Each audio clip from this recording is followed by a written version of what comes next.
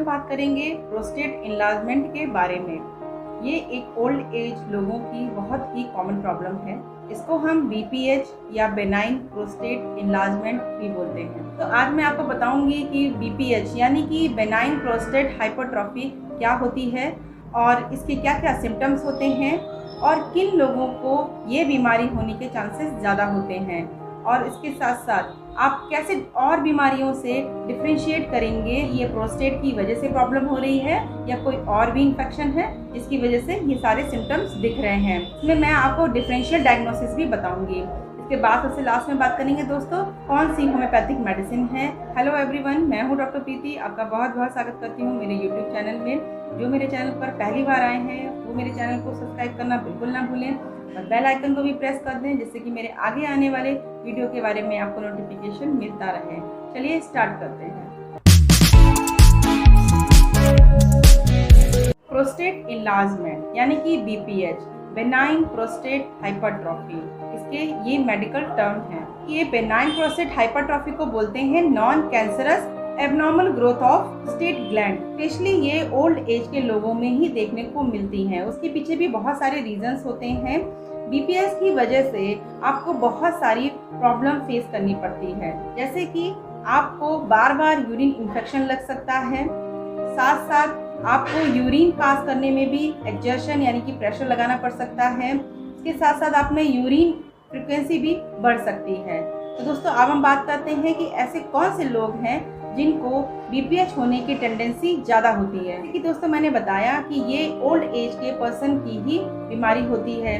ऐसा नहीं है कि कम एज के जो मेल पर्सन हैं उनमें ये बीमारी नहीं हो सकती है, लेकिन परसेंटेज ज़्यादा ओल्ड एज के लोगों में ही इनका देखा गया है। दूसरा रिस्क फैक्टर ये है दोस्तों कि आजकल की लाइफस्टाइल ऐसी है कि हमको बहुत देर तक अपनी सीट पर बैठना पड़ता है। दूसरा रिस्क फैक्टर दोस्तों ये है कि सिटिंग जॉब में भी आपको प्रोस्टेट इनलार्जमेंट हो सकता है, क्योंकि बहुत देर तक अगर आप बैठते हैं, सिटिंग जॉब आप करते हैं, तो की वजह से भी आपको BPH यानी कि बेनाइन प्रोस्टेट हाइपरट्रॉफी हो सकती है। तीसरा रिस्क फैक्टर ये है दोस्तों कि अगर आपकी फैमिली हिस्ट्री में यानी कि आपके फादर या ब्रदर या ग्रैंडफादर को ये प्रॉब्लम रही है तो आप में भी ये प्रॉब्लम होने के चांसेस बढ़ जाते हैं। अगर आपको कोई मेडिकल इलनेस है जैसे कि शुगर या फिर BP की प्रॉब्लम, तो उन लोगों में भी BPH की परसेंटेज ज़्यादा देखी गई है। दोस्तों थोड़ी बात कर लेते हैं कि ये प्रोस्टेट ग्लैंड कहाँ सिचुएटेड होती है। जैसे यूरिन पास करने की जो ट्यूब होती है जिसको हम यूरेथ्रा बोलते हैं, और यूरिनरी ब्लैडर यानी कि जहाँ पर यूरिन कलेक्ट होता है उसके बाद जस्ट होता है यूरेथ्रा यानी कि जहाँ से यूरिन पास होती है। तो यूरिनरी ब्लैडर जहाँ पर यूरेथ्रा से ज्वाइंट होता है तो यूरेथ्रा के साइड में प्रोस्टेट ग्लैंड पाई जाती हैं, जो प्रोस्टेट ग्लैंड प्रोटेक्ट करती हैं यूरेथ्रा को। अब क्या होता है कि BPH की कंडीशन आने पर जो प्रोस्टेट ग्लैंड होती हैं उनमें हाइपरट्रॉफी यानी कि उनकी एबनॉर्मल ग्रोथ होने लगती है, जिसकी वजह से जो यूरेथ्रा की ट्यूब होती है उस पर प्रेशर पड़ने लगता है, जिससे कि उसकी ट्यूब जो होती है वो काफ़ी नैरो हो जाती है। तो उसकी वजह से भी काफ़ी प्रॉब्लम फेस करनी पड़ती है लोगों को। जैसे कि अगर प्रोस्टेट ग्लैंड यूरेथ्रा को प्रेशर डाल रही है तो सबसे पहले सिम्टम्स देखने को मिलता है कि आप में यूरिन फ्रिक्वेंसी बढ़ जाती है। उसके पीछे का रीज़न ये होता है कि एक बार में जब भी यूरिन कलेक्ट होता है यूरिनरी ब्लैडर में, तो एक बार में क्योंकि यूरिन नीचे यानी कि यूरेथ्रा में नहीं आ पाता है, तो जब आप यूरिन करने जाते हैं तो एक बार में थोड़ा सा ही यूरिन पास होता है, आप वापस आते हैं, फिर आपको फिर फील होता है कि यूरिनरी ब्लैडर फिर से खाली हो रहा है और आपकी यूरिन यूरेथ्रा में आ रही है, इसलिए आपको बार बार यानी कि यूरिन फ्रिक्वेंसी की टेंडेंसी फील होती है। दूसरी दोस्तों होती है कि ड्रॉप बाय ड्रॉप आप में यूरिन का आना, यानी कि यूरिनरी ब्लैडर जब एक बार में खाली नहीं होता है तो जब आप यूरिन करने जाते हो तो जब लास्ट में यूरिन करते हैं तो ड्रॉप बाय ड्रॉप भी आपको यूरिन होती है, या आप स्टार्टिंग में ही यूरिन पास करते हैं तब भी यूरिन कम कलेक्ट होने की वजह से यानी कि वहाँ पे स्ट्रक्चर होने की वजह से भी यूरिन होती है वो फुल्ली नीचे यूरेथ्रा में नहीं आ पाती है, तब भी आपको drop by drop urine pass होती है। तीसरा सिम्टम होता है कि जब यूरिन काफ़ी देर तक यूरिनरी ब्लैडर में रह जाता है, यानी कि वो एक बार में पास नहीं होता है, तो उसकी वजह से यूरिनरी इन्फेक्शन भी हो जाता है, जिसकी वजह से जब भी यूरिन आप पास करते हैं तो आपको बर्निंग सेंसेशन होता है। कभी कभी किसी पेशेंट में यूरिनरी इन्फेक्शन के साथ साथ फीवर भी देखा गया है। तो ये थे दोस्तों सारे सिम्टम्स कि अगर आपको प्रोस्टेट ग्लैंड बढ़ गया है तो आप में यूरिन की समस्याएं बढ़ जाती हैं। अब दोस्तों बात करेंगे कि जब प्रोस्टेट ग्लैंड आपका बढ़ जाता है, यानी कि BPH आप में है, और ऐसी कौन कौन सी और बीमारी हैं जिसमें यही सारे सिम्टम्स भी देखने को मिलेंगे। यानी कि यहाँ पे हम बताते हैं आपको डिफरेंशियल डायग्नोसिस आप कैसे करेंगे। जैसे कि सबसे पहला ही है कि अगर आपको कोई नॉर्मल यूरिन इन्फेक्शन भी लग जाता है, यानी कि एक्यूट तुरंत ही कोई इन्फेक्शन हो जाता है यूरिन में, तो उसकी वजह से भी आपको यही सारे सिम्टम्स दिखते हैं, जैसे कि बर्निंग यूरिनेशन होना, या फिर ड्रॉप बाय ड्रॉप होना, स्केल्डिंग यूरिनेशन होना, या फिर कभी कभी आपको लोअर एब्डोमेन में पेन भी रह सकता है। तो ये नॉर्मल जो एक्यूट यूरिनरी इन्फेक्शन होता है उसमें भी यही सारे सिम्टम्स देखने को मिलते हैं। दूसरा, अगर आप में को कहीं भी रीनल स्टोन है तो रीनल स्टोन भी करता है कि यूरिन के फ्लो को कम कर देता है, जिसकी वजह से आपका जो फ्लो होता है वो कम फील होता है। और कभी कभी अगर यूरिन रुक जाती है यूरिनरी ब्लैडर में स्टोन की वजह से, यानी कि यूरिनरी ऑब्स्ट्रक्शन हो जाता है, तो उसकी वजह से भी यूरिन इन्फेक्शन के सारे सिम्टम्स दिखते हैं, जैसे बर्निंग सेंसेशन होना, या ड्रॉप बाय ड्रॉप यूरिन का आना, या लोअर एब्डोमेन में पेन होना। यानी कि रीनल स्टोन में भी आपको यही सिम्टम्स दिख सकते हैं। साथ साथ आपको अगर एक्यूट यूरिनरी इन्फेक्शन हो गया है तो उसकी वजह से भी आपको यही सिम्टम्स दिख सकते हैं। अब बात करेंगे दोस्तों, अगर आप में शुगर की प्रॉब्लम है तब भी यही सिम्टम्स होते हैं। यानी शुगर जब बढ़ी हुई होती है तो यूरिन फ्रिक्वेंसी बढ़ जाती है।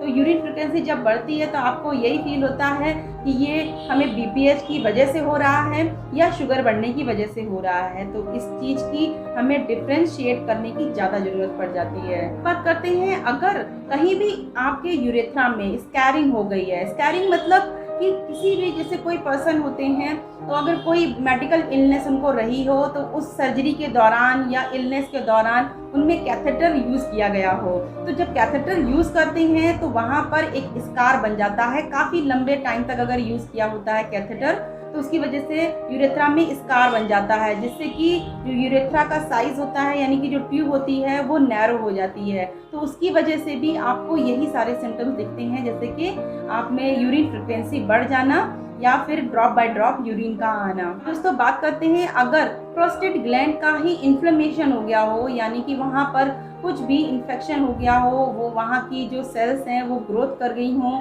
और वहाँ की जो वॉल है प्रोस्टेट ग्लैंड की उसमें इन्फेक्शन हो गया, यानी कि रेडनेस हो, स्वेलिंग हो, दर्द भी हो, तो उसमें भी सारे सिम्टम्स यही देखने को मिलते हैं। इसी तरह दोस्तों, जैसे कि मैंने आपको अपनी स्पॉन्डिलाइटिस वाले वीडियो में मैंने बताया था कि अगर स्पाइन की कोई भी नर्व आपकी ब्लॉकेज है या उसमें कोई इश्यू है तो उसकी वजह से भी आपको बहुत सारे सिम्टम्स देखने को मिलते हैं। इसकी जो ब्लैडर को जाने वाली नर्व होती है वहाँ पर कुछ न कुछ प्रॉब्लम हो जाती है, तब भी यही सारे सिम्टम्स आपको देखने को मिल सकते हैं। इसलिए दोस्तों आपसे ये कहना चाहूँगी कि सबसे पहले आप अपने सारे सिम्टम्स को डॉक्टर से बताइए और वो आपका डिफरेंशियल डायग्नोसिस बनाएंगे, जिससे उनको कंफर्म होगा कि ये BPH की वजह से है या कोई अदर मेन प्रॉब्लम की वजह से है।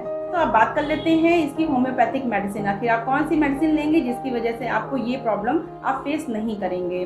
सबसे पहले मैं डाइल्यूशन बताऊंगी, फिर इसके बाद एक ट्राइचोरेशन यानी कि टैबलेट फॉर्म होगा वो बताऊंगी, और सबसे लास्ट में बताऊंगी आपको एक मदर टिंचर का सोल्यूशन जो कि बहुत ही इफेक्टिव है अगर आपको बेनाइन प्रोस्टेट हाइपरट्रॉफी है। सबसे पहले डाइल्यूशन की बात करते हैं। डाइल्यूशन में मैं जो मेडिसिन बता रही हूँ वो है इक्विसिटम 200 की, आपको 2-2 ड्रॉप लेनी है दिन में 3 बार। इक्विसिटम 200 मेडिसिन जो होती है वो यूरिन इन्फेक्शन यानी कि बर्निंग सेंसेशन, स्कैल्डिंग सेंसेशन उसको काफ़ी हद तक रिलीज करती है। दूसरी मेडिसिन है कोनियम मैक 200। कोनियम मैक 200 जो होती है मेडिसिन वो कहीं भी आपको कोई भी नर्व या फिर सेल्स में हाइपरट्रॉफी यानी कि ग्रोथ एक्स्ट्रा हो रही हो उसको ये चेक करता है, यानी कि प्रिवेंट करता है। तो कोनियम मैक 200 इसकी भी 2-2 ड्रॉप आपको दिन में 3 बार लेनी है। अब बात करते हैं ट्राइचोरेशन यानी कि टैबलेट फॉर्म में। वो मेडिसिन है फेरम पिकिकम 3x। इसकी आपको 4 टैबलेट लेनी है दिन में 3 बार। ये भी कोई भी अगर कहीं भी सेल्स में रीग्रोथ हो रही है या एबनॉर्मल ग्रोथ हो रही है, उसको ये प्रिवेंट करती है। अब दोस्तों बात कर लेते हैं बीपीएच के लिए सबसे इफेक्टिव एक सोल्यूशन की। इसमें 4 मेडिसिन मिक्स हैं। सबसे पहली मेडिसिन है परेरा ब्रेवा मदर टिंचर। एक बहुत ही पिकुलियर सिम्टम होता है कि अगर जब भी आप यूरिन पास करते हैं तो आपको एक्सर्शन लगाना पड़ता है, यानी कि प्रेशर देना पड़ता है, तब आपको यूरिन आती है। तो परेरा ब्रेवा मदर टिंचर आपको लेना है। दूसरी मेडिसिन दोस्तों आपको लेनी है सबल सेरुलाटा मदर टिंचर। ये जितनी भी यूरिन फ्लो से रिलेटेड, यानी कि यूरिन प्रॉब्लम से रिलेटेड जितनी भी आपकी प्रॉब्लम होती है, उस प्रॉब्लम को ये चेक करती है।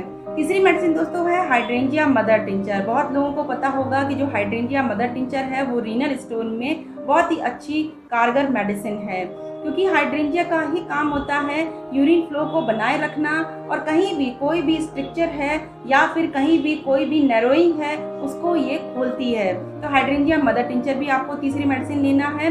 चौथी मेडिसिन लेना है आपको थियोसिनिनम मदर टिंचर। थियोसिनिनम मदर टिंचर का काम होता है कि आपका यूरिनरी ब्लैडर अगर एक बार में खाली नहीं हो रहा है तो यूरिनरी ब्लैडर को रिलैक्स करने के लिए और स्ट्रक्चर को खोलने के लिए ये मेडिसिन बहुत ही कारगर है। इन चारों मेडिसिन को आप ले लीजिए और एक 100 ml की खाली बोतल लेंगे। वो किसी भी कंपनी की हो सकती हैं, किसी भी ब्रांड की हो सकती हैं, या तो SBL या WSI या रैकबैग आप ले सकते हैं मेडिसिन। वो चारों मेडिसिन ले लीजिए और चारों ही मेडिसिन की 20 ml ले लीजिए और वो 100 ml की बोतल में इसको डाल लीजिए और मिक्स कर लीजिए अच्छे से। और जब भी आपको लेना हो तब आपको इसकी 20 ड्रॉप्स लेनी है 1/4 कप पानी में दिन में 3 बार। ये मदर टिंचर का सोल्यूशन और जो डाइल्यूशन मैंने बताया है, इसके साथ साथ जो ट्राइचरेशन यानी कि टैबलेट फॉर्म में मेडिसिन बताई है, ये लेंगे तो बीपीएच आपका जो नॉन कैंसरस स्टेज होती है वो आपकी कैंसर स्टेज बनने नहीं देगी और उसको वहाँ पहले ही चेक कर लेगी। तो वीडियो अच्छा लगा हो तो इसको लाइक करना बिल्कुल ना भूलें, ज़्यादा से ज़्यादा लोगों में शेयर करें। चलिए मिलते हैं नेक्स्ट वीडियो में।